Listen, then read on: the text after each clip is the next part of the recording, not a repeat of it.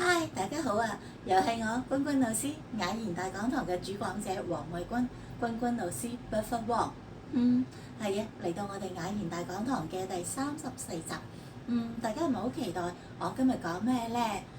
我知道咧，大家一直都好喜歡我雅言大講堂嘅。大家都好中意聽我啲不同嘅話題。係啊，今日我有個新話題喎。琴日咧就係12月初八，農曆嘅12月初八，即係中國傳統裏邊嘅臘八節。咁臘八節咧就會食臘八粥。大家係咪好好奇點解要食臘八粥嘅？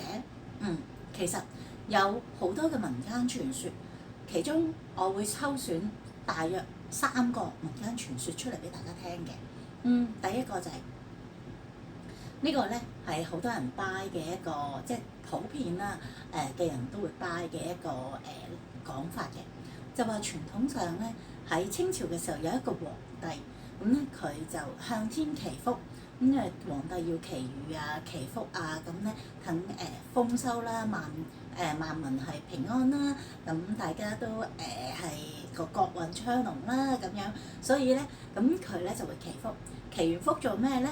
一般咧，佢就會去派一啲嘢食俾佢啲臣子啦。咁其中咧喺臘八節呢一日咧，佢就會派一啲臘八粥。臘八粥就係用啲豆啊，唔同嘅豆仔煮成嘅粥仔。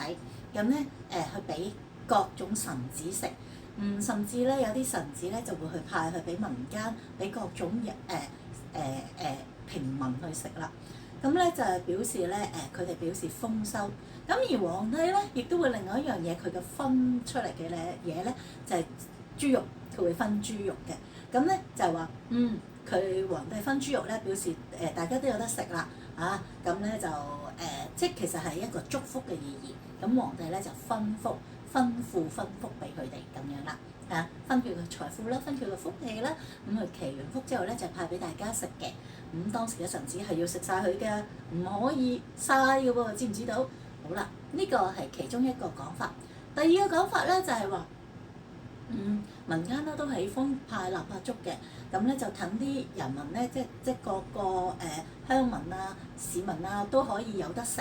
咁咧就大家同守呢一日嘅紀念咧，就係話希望大家都可以有豐衣足食，樣樣都有得食。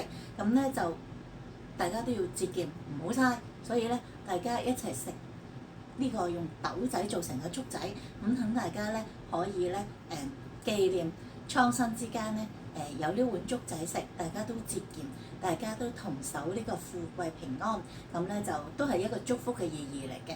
咁而第三個講法咧就係佛教裏邊講嘅，就係話咧釋迦牟尼嘅時候咧，佢係受一個行苦道啊。咁佢行呢個苦修嘅時候咧，佢就身體虛弱，咁咧就有一個養女咧就將啲雜豆加啲奶咧，就去俾佢食啦，就做咗碗臘八粥，即係呢碗嘅種子做成嘅雜豆就嘅粥仔俾佢，係雜豆嘅粥仔俾佢，令到佢恢復咗健康。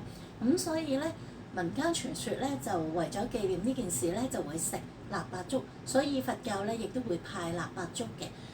相傳裏邊咧有咁多個古仔，你信邊個咧？就睇你自己啦。